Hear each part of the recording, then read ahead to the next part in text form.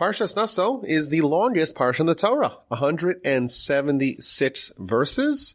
Unlike last week where we had no mitzvos, there's 18 mitzvos in this week's parsha.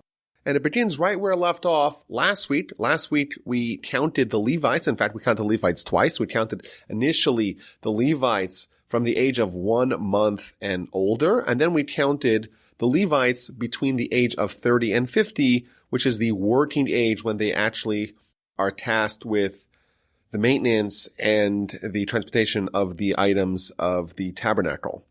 Last week, we counted the family of Parshas, and the parsha begins with the counting of the working age men of the other two Levite families and delineating their responsibilities. So it begins, Hashem spoke to Moses, saying, take the census of the sons of Gershon as well, according to the father's household, according to their families, from the age of 30 to the age of 50, and this is the work that they need to do. They have to carry the curtains of the tabernacle and of the tent of meeting, the cover. It lists all the responsibilities of what they need to carry when the Mishkan, when the tabernacle is disassembled and it's moved to a new location. This family is in charge of moving this specific list of items. And then it concludes, this is the work of the sons of the Gershonites in the tent of meeting, and their charge shall be under the authority of Ithamar, the son of Aaron the Kohen.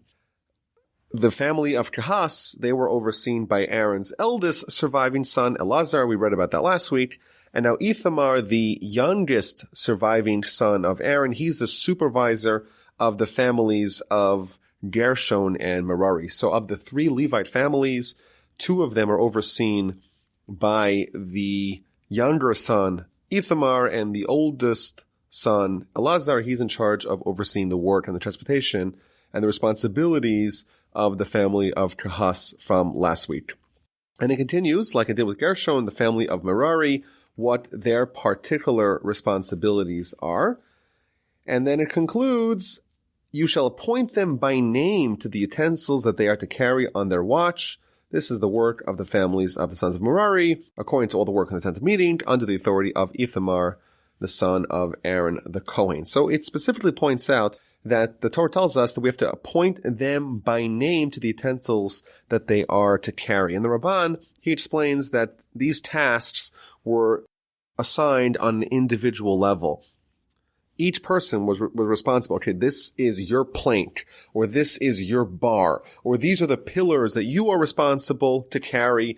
And you can't just, it wasn't just done, this family's in charge of these planks. It was done on an individual per capita basis. Now, why is it only mentioned now? Why only by the third family, the family of Merari, are we told this important insight that the responsibilities have to be dispensed on a per capita basis? Each individual, which particular planks and which particular pieces of wood and which particular items they have to carry. So the Ramban explains that the family of Merari, the weight of the items that they had to carry was substantial, and therefore you may think that, hey, if I have these planks, maybe I can have someone else, my friend, he can help me schlep them. Therefore, specifically, we're told that every individual is assigned by name. What precisely must you take? And you can't shirk your responsibilities, and you cannot give it to someone else. And I think there's a valuable lesson here that the Levites, the leaders of the Jewish people, they were assigned what their particular responsibilities were. They didn't choose it. The positions of leadership, the responsibilities were given to them, were assigned to them. And like we saw last week, some of the Levites in the temple itself and in the tabernacle, they were ushers, they were doormen. Some of them were singers. And in fact, the halacha is very strict about saying that it's forbidden for someone to do the job that they weren't assigned someone else's job. And I think there's a valuable lesson for us over here. We maybe erroneously assume that what happens to us in our lives and the various circumstances in which we find ourselves, that's happenstance, that's chance. And of course, we believe that it's the Almighty who's manipulating what happens and what you encounter and what role you end up playing in society and the community is actually assigned to you by the Almighty, and you cannot avoid it. You can't say, I want to have a different responsibility. You have to embrace that. But also you have to believe that you have the strength to bear that load, to fulfill that responsibility. Maybe if you were from the family of Merari and they said, okay, these two enormous planks from the western side of the tabernacle, that's your job. And you look at it and it's big, it's heavy, and you look at yourself, you look kind of frail. How can I do it? The answer is, if the Almighty gave you that task, then indeed He will also give you the strength to be able to fulfill it. There's an amazing story that I like to share about this. My grandfather of blessed memory, he spent many years as the head of the yeshiva in the town of Be'er Yaakov. The yeshiva is called the yeshiva of Be'er Yaakov. And one of his roles, one of his responsibilities in the yeshiva was that every week he would give a lesson, a Musar lecture to the entire student body. And in fact, we have today, as the heirs of my grandfather's legacy, we have thousands of handwritten notes and essays that he wrote based upon his weekly lectures in the yeshiva. He wouldn't just recycle material. Every week he would come up with something new, something amazing. And there was one week where something very unusual happened. He was slated to give his weekly lecture to the entire student body, and he came up with nothing. And the more he tried to study, and the more he tried to immerse himself in some idea to see if something develops, if he could develop it into a lecture, he found that he had no success. And the time for his discourse is swiftly approaching, and he doesn't really have anything to say. And what's he going to do? Everyone's going to be waiting, sitting down, waiting for him to give a speech, and he's not going to have anything to say. And he decides to just walk to the yeshiva grounds and find out what he's in the hands of the Almighty. He has no solution about what to do, and the time is near, and it's time to go. So he gets dressed and puts on his frock coat, his rabbinic frock coat, and his hat, and he heads to the yeshiva facilities. And when he gets there, something that never happened before and never happened since happened. His partner in the yeshiva, the Rosh Yeshiva, the head of the yeshiva, he came to him and said to him, I have a very unusual request. My father-in-law is in town, and he wanted to know if it would be possible for you to relinquish your weekly spot and allow him to speak. He wants to speak to the yeshiva boys. And then my grandfather said that it hit him. Maybe previously he thought that, he was able to study and he was able to immerse himself in Torah and come up with a brilliant lecture, a brilliant discourse every week. And now he realized that no, this was the role that the Almighty assigned to him. And therefore the Almighty said, I'm going to give you the ability to fulfill the mission that I entrusted you with. But when you don't need to give it, well, then you're on your own. And of course, what can we accomplish when we're on our own? We can't accomplish anything. And that kind of put into perspective this idea that we see over here, that each one of the Levites on an individual level is assigned with a certain responsibility, and that is given to them by God, assigned to them by name. That's what the Almighty apportioned for them. It's their responsibility. They cannot give it to others, but they also should be comforted by the fact that they know that they'll have the ability to fulfill it. Chapter 4 concludes with the final tallies of each one of these three families and the totals, the amount of working age Levites from all three families. It was 8,580. He counted them at the word of Hashem through Moses, every one over his work and over his burden, and his count was as Hashem had commanded Moses. Chapter 5 begins with an interesting law, and that is the purification of the camp. After the tabernacle is erected, it's time to make sure that the people who are not allowed to be on the tabernacle grounds are not there. So we read, command the children of Israel that they shall expel from the camp everyone who has tsaras. Tsaras, of course, is the skin ailment that really is a spiritual malady manifested by skin disease. Anyone who has a zav emission, and anyone contaminated by a human corpse. And Rashi tells us that this instruction was recited to Moses on the day that the tabernacle was erected, the first day of Nisan, 2 weeks shy of the anniversary of the Exodus. Now Rashi tells us that the camp of the Jewish people was divided up into 3 different camps. You had, of course, in the tabernacle, it's called the camp of God, the camp of the Shekhinah, of the divine presence. Surrounding that, you had the camp of the Levites. They were right in the middle, in the epicenter, surrounding the tabernacle. And in all 4 directions, you have the encampments of the various tribes, like we spoke about last week. Each 3 tribes were given one direction, and they had their flags, etc. And these 3 people, the people who have tsaras, people who have zav emissions, and the people who have become contaminated by a human corpse, they all have to be expelled from the camp, but the rules are different. Someone who has tsaras, they get sent out of all 3 camps. They have to go outside of the entire encampment of the Jewish people. The zav is allowed to inhabit in the camp of Israel, but not in the camp of the Levites, nor the camp of God. And someone who has become contaminated to a dead body, that person is only expelled from the camp of God, but can even dwell in the camp of the Levites. And then we read another interesting law that doesn't seem to be relevant at all, and that is what happens when someone steals from a convert. And the connection, the Ramban tells us, what's the relevance? We're just talking about, the counting of the Jewish people and the counting of the Levites, and now the setting up of the tabernacle. How does this relate to someone stealing from a convert?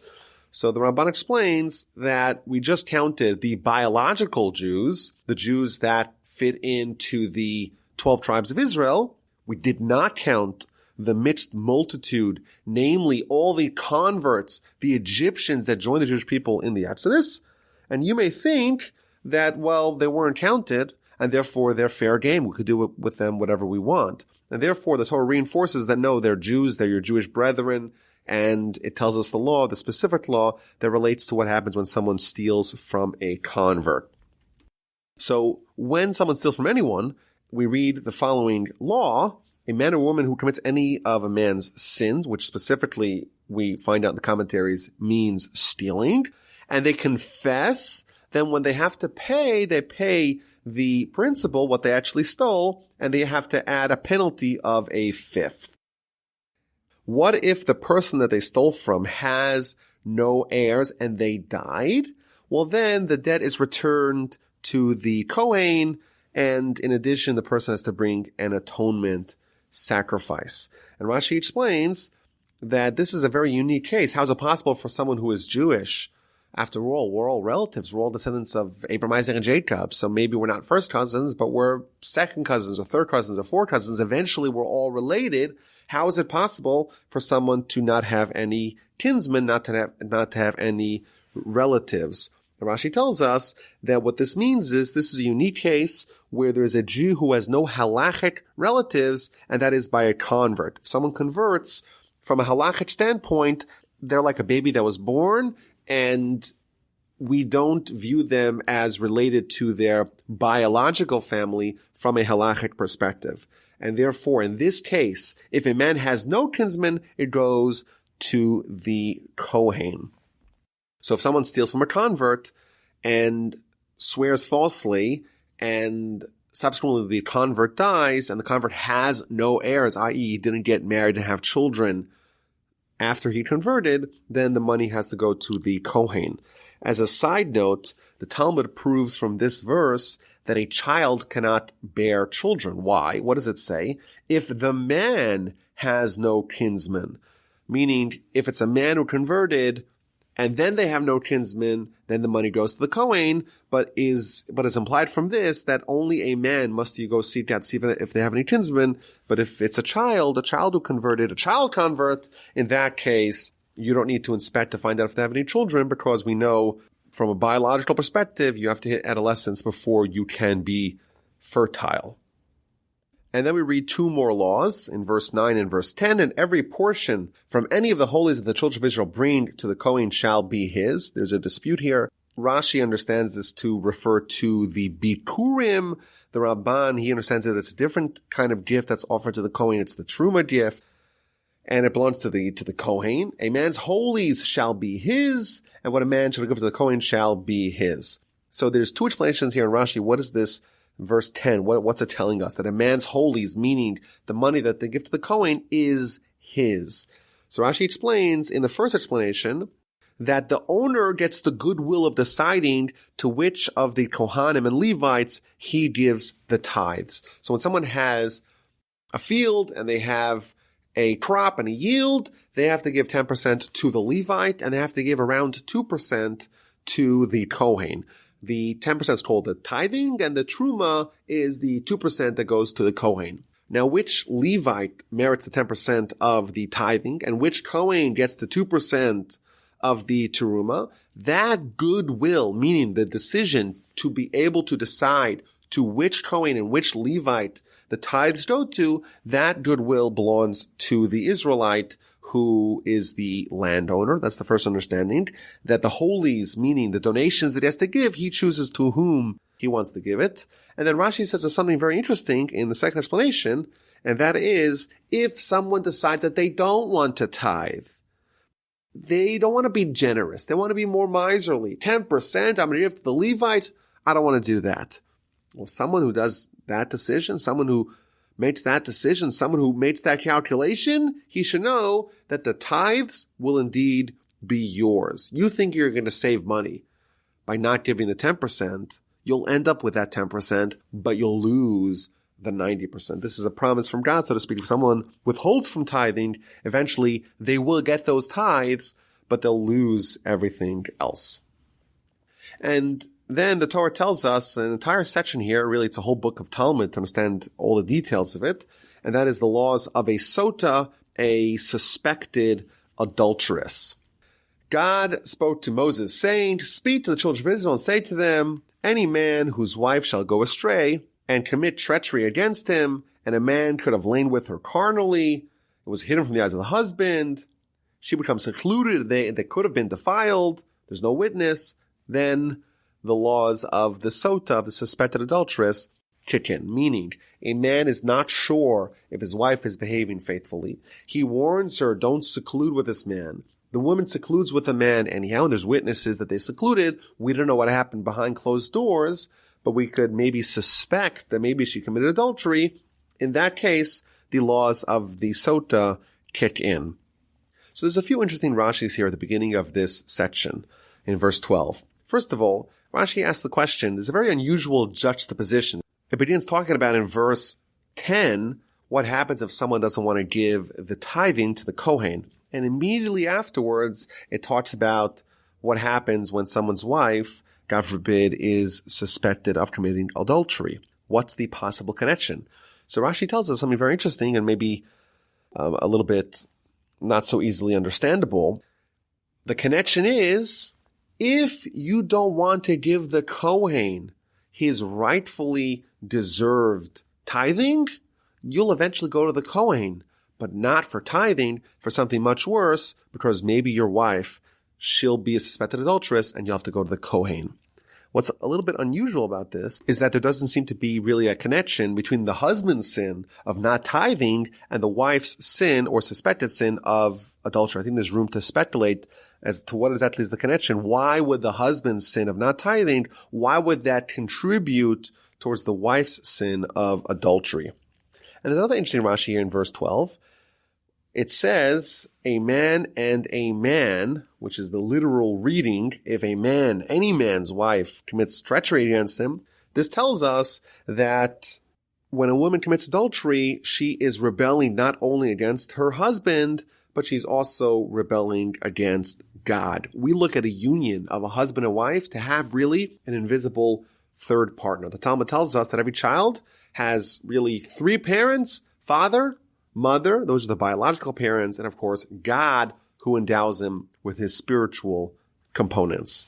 And therefore, a husband and wife unit, that unit, really, if they're meritorious, there's a third party, and that is God. And therefore, when the woman, or of course the man, when they are disloyal to the union, when they're unfaithful, when they don't have fidelity, it's not only their spouse to whom they've committed a grievous sin, but it's also a sin and a rebellion against God.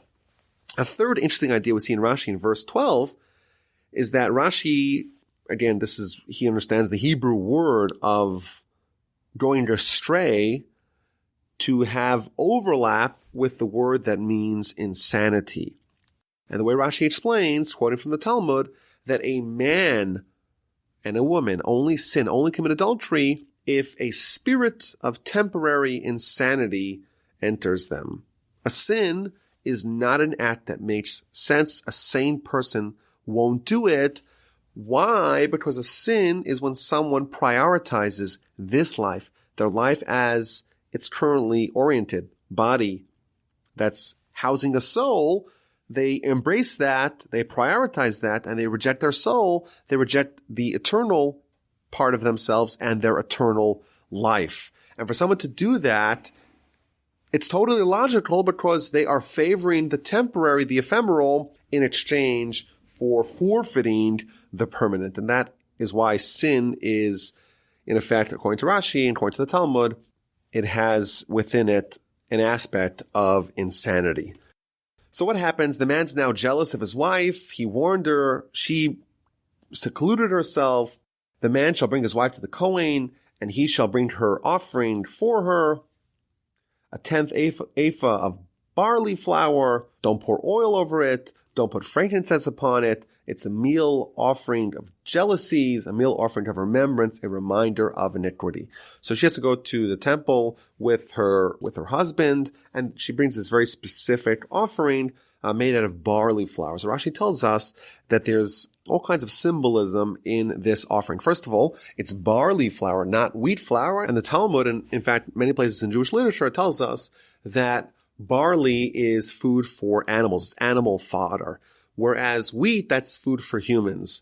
And what it tells us is that if someone commits adultery, they're acting somewhat like an animal. They're favoring the animalistic side and they're eschewing their spiritual side, and therefore that's the kind of offering that she brings.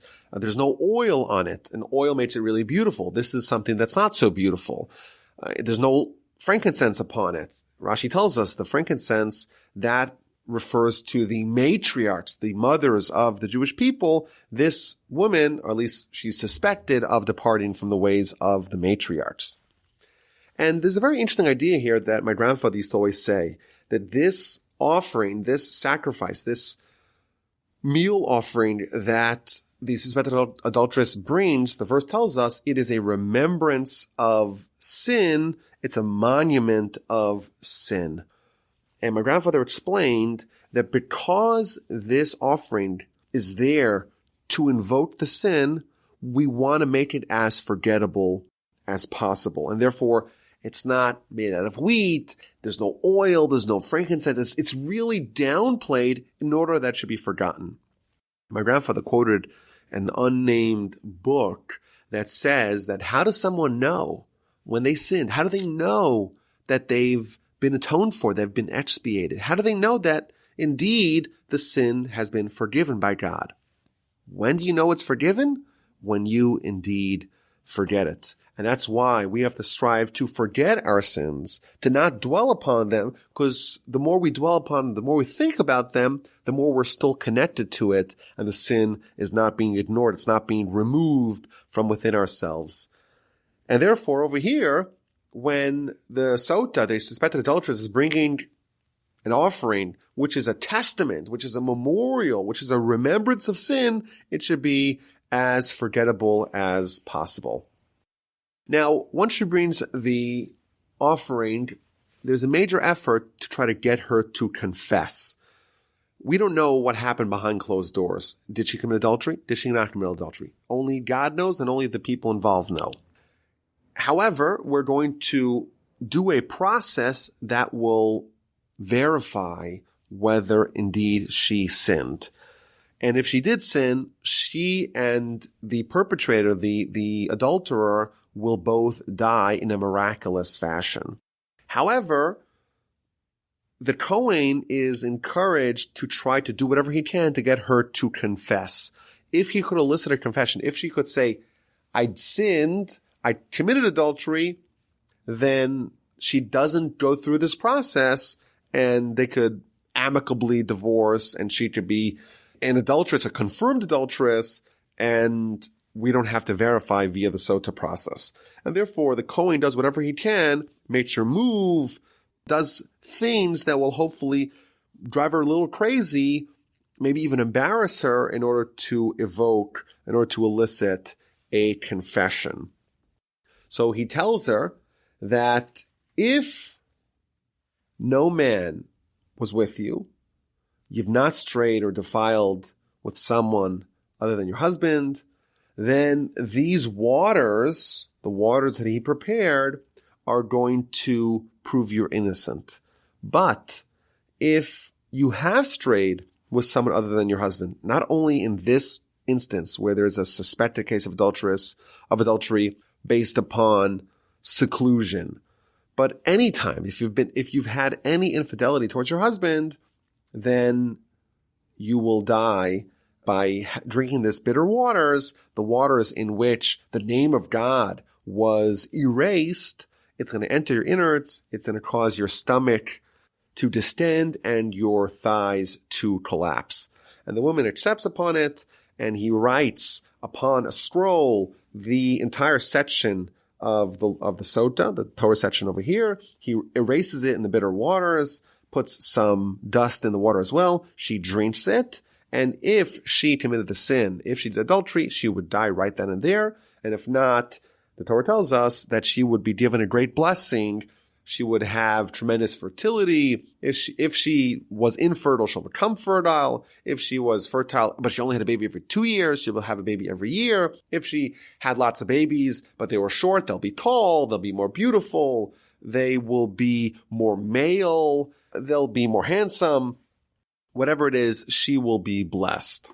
So that's the basic story of the sota. The Ramban here has a very interesting essay about the nature of this miracle and the purpose of this miracle. And he points out that there is no other law in the Torah that is entirely miraculous as this one. This wondrous, permanent miracle that happened to the Jewish people, namely that these waters, these bitter waters that the Kohen would prepare, would be able to verify whether or not the woman committed adultery or not.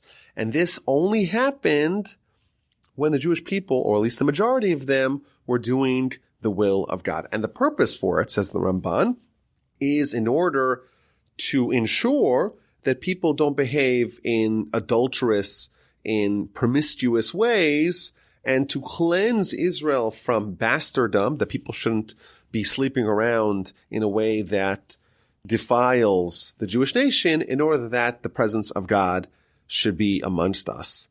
And therefore, the Ramban quotes the Talmud that when adultery became rampant, the waters of the sota stopped working.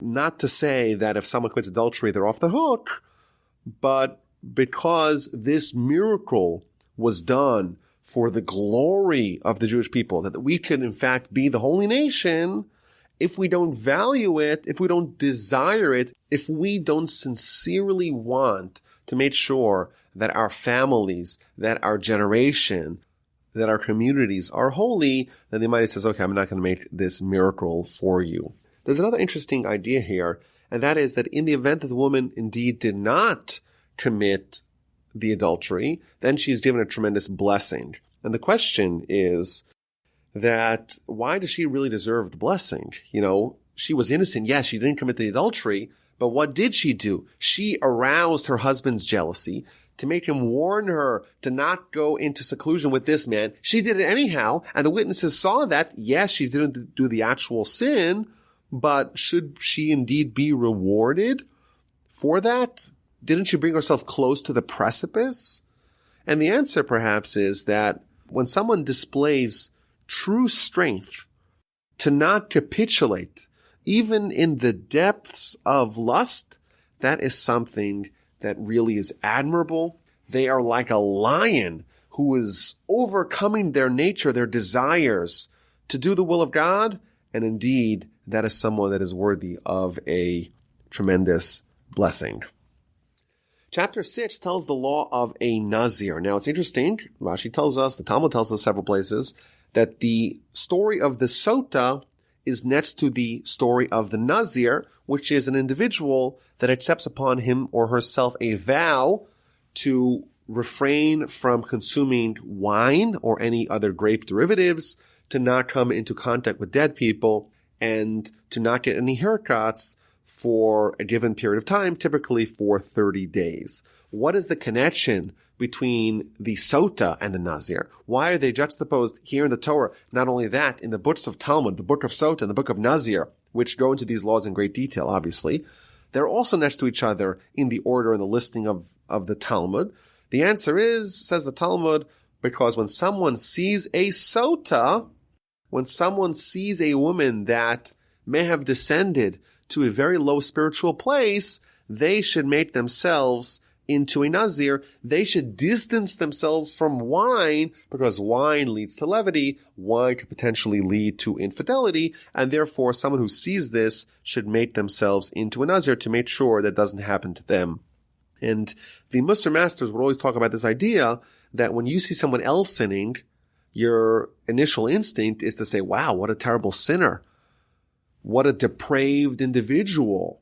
You look negatively down at them. Whereas over here, the Torah tells us that when you see someone sinning, you have to realize that it could happen to you. And therefore, you have to point it inwardly. You have to say, what can I do to ensure that I don't make the same blunder, I don't make the same mistake, I don't fall into the same trap as they did. And I think this is a very deep point. If you see the Sota, she's being brought to Jerusalem, being brought to the temple, to the Tabernacle, and she's being degraded, she's being ashamed, she's being ostracized for her behavior. Won't that distance you from behaving the same way? Won't that make you less likely for committing that kind of sin? And I think that the idea is that even after someone sees the terrible consequences of sin, that still kind of removes a level between those two people. Even if you see how bad it is, even if you see how much damage it could create, how much pain it could engender, once you see it, once you visualize it, that creates a certain connection that you have with it, and there is now a definite possibility that you could fall into the same trap, and therefore you make yourself into a Nazir, and you do whatever you can to make sure that you avoid that same fate. Now, we read about the Nazir, and it starts off, speak to the children of Israel and say to them, a man or a woman who shall disassociate himself by taking a Nazirite vow of abstinence for the sake of Hashem. So the commentaries point out that a man who makes himself into a Nazir, in Hebrew, the word is yifla, which literally means does something wondrous. And the Ibn Ezra says that when someone does something like this, someone takes concrete steps to dissociate themselves from the mundane, to make themselves like an ascetic, to distance themselves from the ways of the masses who follow their lusts, that something is indeed a wonder to behold. So what are the laws? They have taken a vow of abstinence for the sake of God. They shouldn't eat new wine or old wine. Don't drink vinegar, anything that's grape derivatives, not even dried grapes. All the days of his abstinence, anything made from wine, grapes, even the pips or skins, he shall not eat. That's the first law. All the days of his Nazirite vow, a razor shall not pass over his head until the completion of the days when he completes his Nazirite period. And then the third law, verse 6, all the days of his abstinence for the sake of Hashem, he shall not come near a dead person. So there's a very fascinating teaching here in the Baal HaTurim.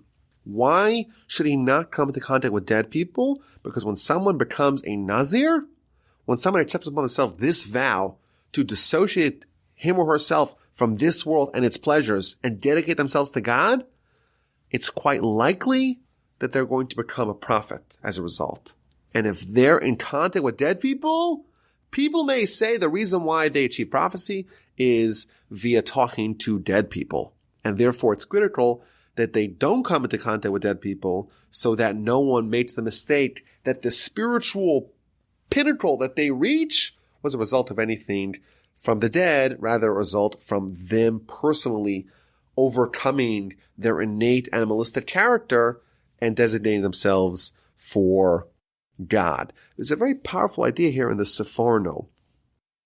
He explains that the concept of the Nazir is for someone to become like the Kohen Gadol, like the high priest. Just like the high priest is someone who is above the rest of the people. They're designated for holiness. They're for God. They're not for the rest of the people. They kind of have uplifted themselves. Their stature is above the rest of the populace. And even when their close relative dies, they don't defile themselves. They don't lower their status. So too, the Nazir becomes like a Kohen for a limited amount of time. You could become a Kohen, like a high priest, for a limited amount of time and to upgrade yourself to live in a higher plane. And the hope is that even after you complete your term, you retain those accomplishments and that stature. Now, what if this person becomes contaminated unintentionally? If a person should die near him with quick suddenness, meaning that the Nazir is trying to mind his own business, the guy next to him just drops dead, and now he became contaminated, so he has to go through a purification process and start the Nazir period again. He has to shave his head and spend 7 + 1, 8 days in purification, bring various sacrifices, shave his head, and then rededicate himself to God. And the initial days that he started, those days should fall aside. They don't count. You start from square one. So a few interesting points here. Rashi tells us that when someone becomes a Nazir and then unintentionally is disqualified because he comes in contact with a dead person, they have to bring various sacrifices, including an atonement sacrifice. And the question that Rashi asks is, why does the Nazir who unintentionally became impure, why does he need to bring a sin offering? And he explains, one opinion is that, well, you should have been more careful. You're a Nazir, you cannot come into contact with dead people, and even though it wasn't your fault, but you should have been even more careful. And therefore, it's as if you committed a sin. And then he quotes the Talmud. The Talmud, a second opinion, is that the reason why the Nazir has to bring an atonement sacrifice is because you pained yourself via abstinence from wine. Judaism is about gratification and reward. And yes, it's not about indulgence, but when God says something's okay and you say, no, I'm going to make it prohibited, you're causing yourself pain. And when you cause yourself pain, that's a sin that you have to atone for. We may think that Judaism, maybe even religion more broadly, is about suffering. I'll suffer here, but in the afterlife, in Olam Haba, I'll have it good. And here we find out the answer is no. If you pain yourself here needlessly, you're a sinner and you have to bring an atonement offering as a sinner. We look at Torah as God's gift to us. It's the tools to have the most pleasure that we can have, not only in Olam Haba, not only in the spiritual realm, but also over here. And when this person restricts himself needlessly, that constitutes a sin. So what happens? He became impure and he has to go back to square one, back to the very beginning. And I think this is something very challenging when it happens. When someone invests so much effort, they work so hard, they nearly complete this monumental task, and now they're going back to the beginning. You can imagine someone accepts upon himself this vow of 30 days to be a Nazir, and on day 29, the guy next to him on the subway happens to drop dead, and now he's back to square one, back to day 0, and you may think that they want to give up. And here we see what's required of such a person is a certain degree of tenacity. We have to be relentless. We have to be tenacious. We have to be indefatigable. We have to get up. You fall down, you get back up. And of course, this is an idea that's not only applied to the Nazir, but it's a general principle that we have to do throughout our lives. We're going to face disappointments, and it's important for us to not get too down, to wallow too much in our suffering, but to forge ahead and to pick up where we left off and to restart with vigor. When the Nazir indeed does complete his term, and it was done entirely perfectly, this should be the law of the Nazir. On the day his abstinence is completed, he shall bring himself to the entrance of the tent of meeting. My grandfather pointed out he should bring himself. The verse says he should bring himself. At many junctures of our lives, we're being brought by others. Even by a circumcision ceremony, there's the custom of the kvater.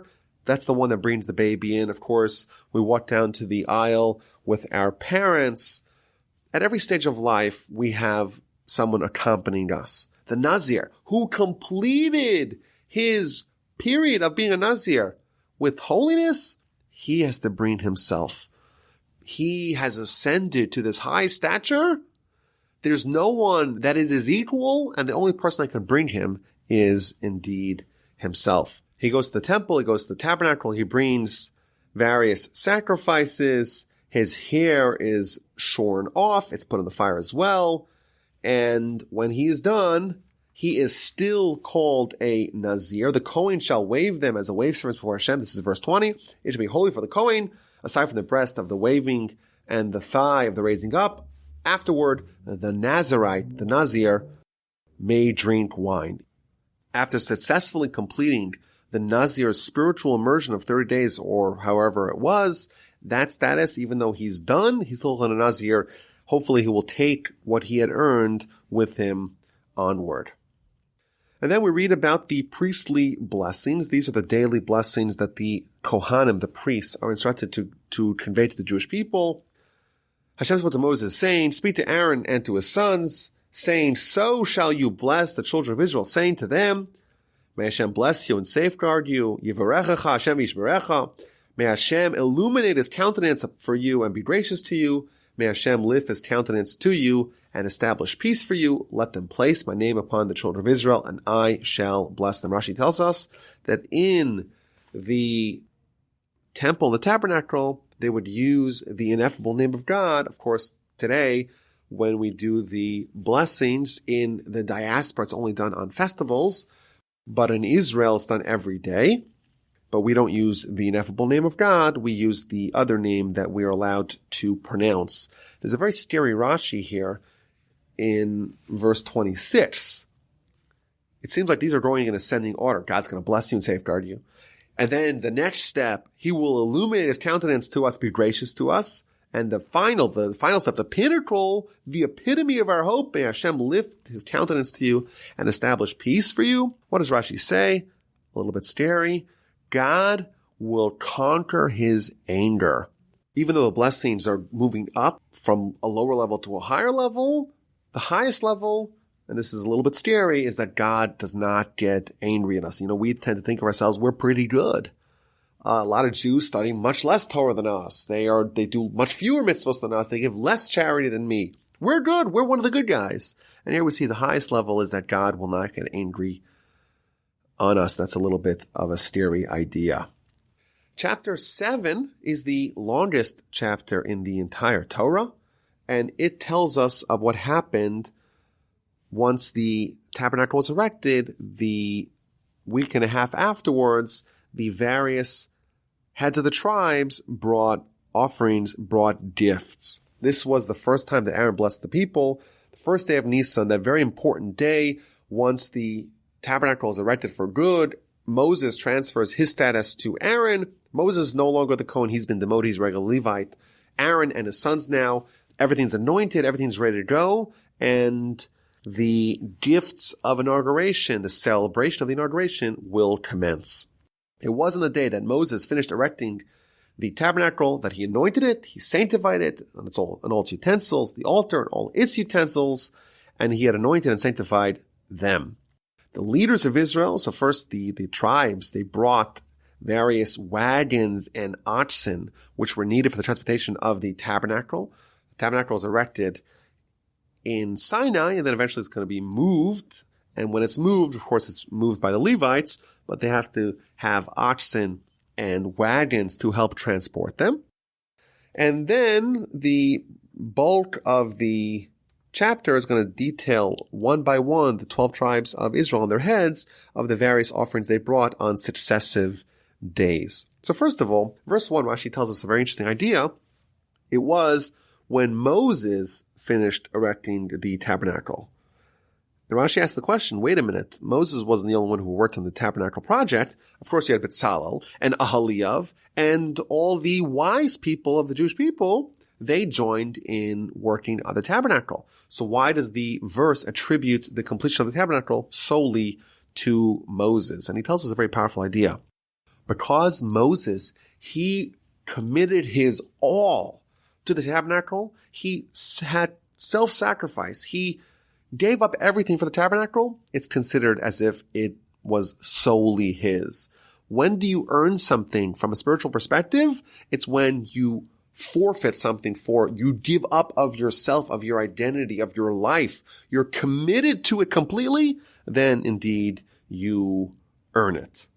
And then we read about the leaders of Israel, the heads of the tribes. They brought offerings and they brought sacrifices and they brought tributes for the tabernacle, initially the wagons and the oxen, and subsequently the various gifts for the tabernacle. Who were these leaders? Who were these heads of the tribes? Rashi tells us these were the police officers.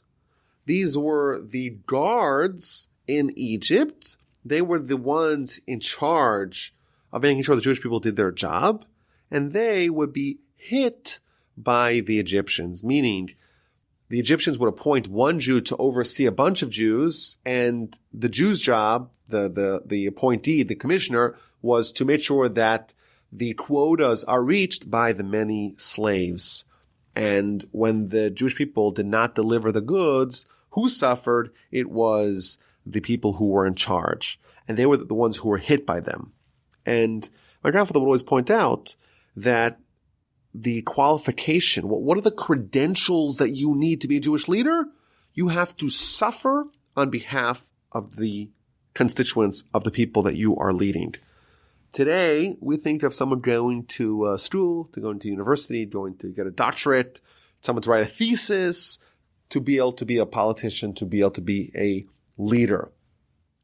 In the Jewish nation, for our people, what are the credentials? What are the necessary qualifications? You have to absorb blows on behalf of the Jewish people. That renders you someone who's worthy of leading them. And they're volunteering to give all kinds of good stuff towards the project, towards the tabernacle. Rashi tells us, and we spoke about this previously, that when Moses called out for donations for the tabernacle, for the materials for the tabernacle, the heads of the tribe, these very same people, they said, we'll wait till the end. We'll give whatever they don't cover. And in fact, they underestimated the generosity of the Jewish people. And the Jewish people covered everything. And there was nothing left for them. And they had to only give the Avnei Shom, the Avnei Miluim, the various stones of the breastplate and the ephod, the apron-like garment of the high priest. And now, when this is 6 months later, when the tabernacle is done, there's another opportunity to give, and they say, we're not waiting to see what no one else covers. We're going to jump ahead.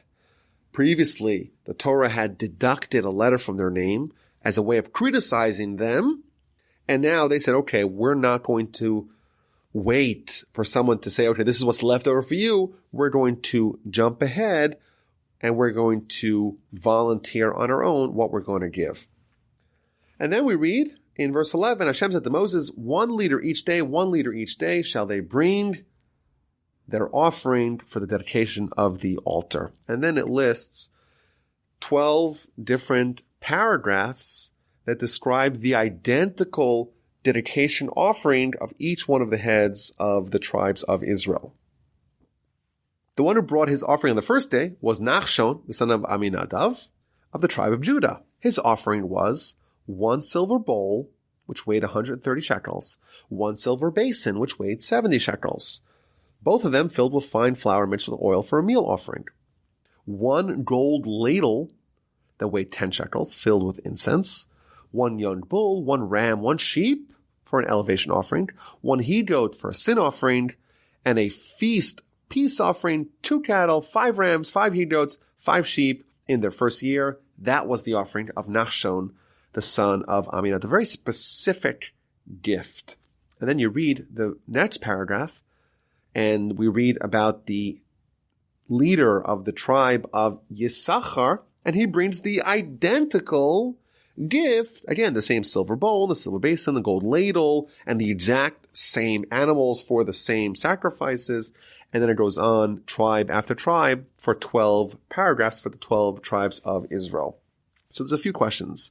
The obvious question is, why is it repeated so many times? It could have shortened it. We know how careful the Torah is to not expend extra words needlessly, and yet over here it seems to disregard that principle, and it lists again and again the exact same gift. That's question number 1. Question number 2, if you actually look and compare these paragraphs, you'll notice that there is a slight difference between the first one and the subsequent 11. It does not say that he was the Nasi, that Nachshon ben Aminadab, that the leader of the tribe of Judah was the Nasi, the prince, the leader. It just says of the tribe of Judah. Whereas the subsequent 11, it says the Nasi, the prince or the leader of their tribe. Number 1. Number 2, it says in verse 13, and his offering was 1 silver bowl, etc. It's almost as if there was an offering beforehand, but there really isn't someone offering beforehand. They were the first one. So there's 2 discrepancies between the first one and the subsequent 11. So the commentaries tell us that the reason why it does not give him the same honor, so to speak, as the rest of them is because he went first. And, of course, the tribe of Judah is also the tribe of royalty, of the monarchy.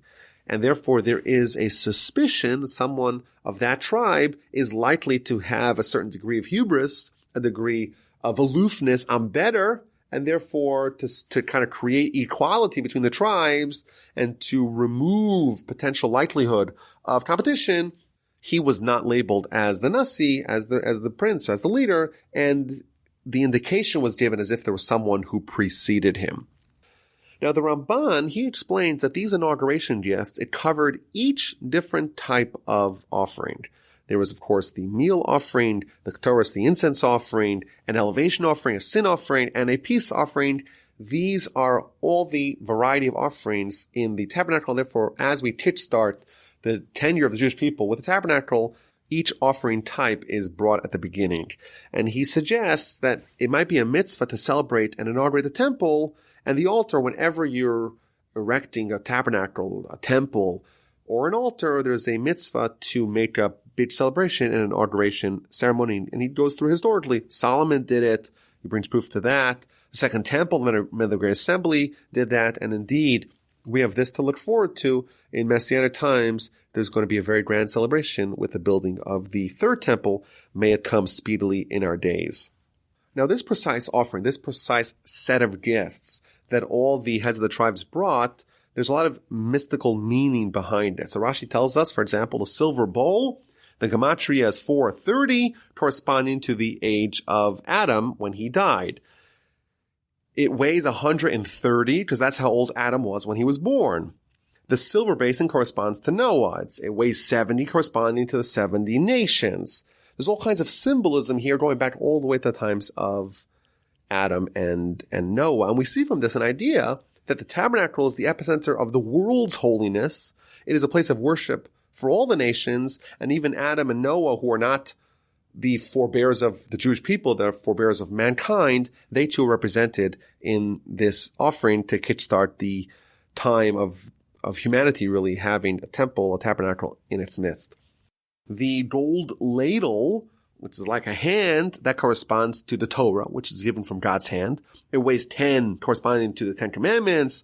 And the word Ketores, it's similar to the gematria of 613, corresponding to the mitzvahs. And then we have the bull, the ram, and the lamb, which corresponds to Abram, Isaac, and Jacob. And then we invoke Joseph and Moses and Aaron and the children of Israel. And it corresponds to the Kohanim, the Levites, and the Israelites. And the Torah, the Nevi'im, the Ksuvim, the Torah, the prophets, and the writings. And the 5 books of the Torah and the 5 of the Ten Commandments on one tablet and the 5 of the Ten Commandments of the second tablet, which is a long way of saying that these gifts were not random. But what's interesting is that Rashi offers his commentary not on the first tribe, not by the tribe of Judah, but by the second tribe, the tribe of Issachar.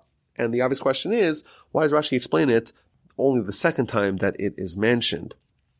And of course, more broadly, we have to understand why this is repeated so many times. The Torah is generally so skimpy in its words, yet here it seems to throw that rule out the window and repeat it again and again and again for 70 plus verses.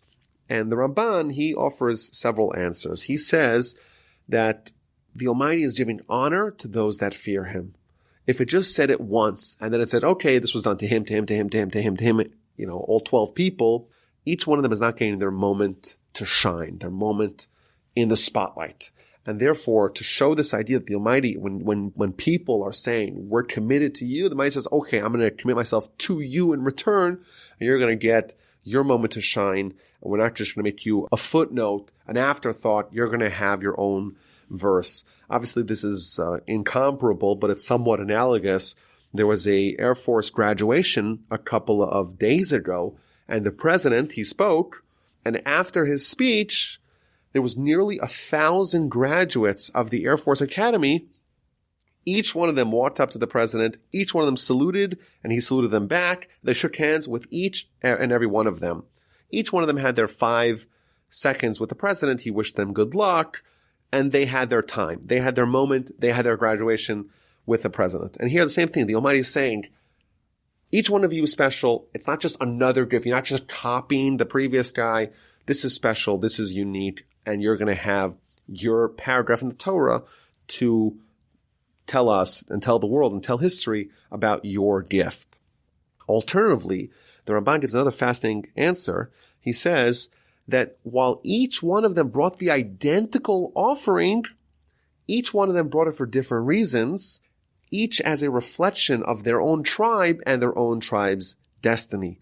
A different intent renders it a different action. So you may ask, the question was, well, they're identical gifts, so why is it repeated? The answer is, well, they weren't identical gifts. Each one independently came up with their own reason as to why they brought that particular gift. And maybe that's why Rashi writes this on the second tribe. You may think the second tribe, they're just copying the gifts of the previous day. No, there was meaning behind the second tribe's gifts. And it wasn't just a means of copying what the guy had done the previous day. And some have also argued that maybe the reason why it's repeated is because you may have thought that everyone just randomly brought what they had. They brought their leftovers. You happen to all have these basins and these ladles and these things in their homes. No, each consciously chose to bring these specific offerings. Alternatively, we could point out the vast discrepancy between how God praises and how God criticizes. These very same people, 6 months prior, they were a little bit late. They were a little bit tardy in giving a gift for the fundraising of the Tabernacle, and God criticized by reducing their name by 1 letter. 1 letter was deducted from their names. And here, they're being praised, and maybe you think that they get an additional letter. No, they get an additional 70 verses. Why? Because there is a vast gulf between how God criticizes versus how He praises. And the Parsha concludes by listing the total gifts of all the 12 leaders of the tribe. And finally, when Moses arrived at the tent of meeting to speak with God, he heard the voice speaking to him from atop the cover that was upon the ark of the testimony from between the cherubs, and he spoke to him. Moses was right outside the Holy of Holies, and the voice of God boomed to him and to him only from inside the Holy of Holies, from atop the ark between the cherubs. Thank you for listening. The email address is rabbiwolbe@gmail.com. I look forward to hearing from you and to sharing some insights into next week's Parsha next week.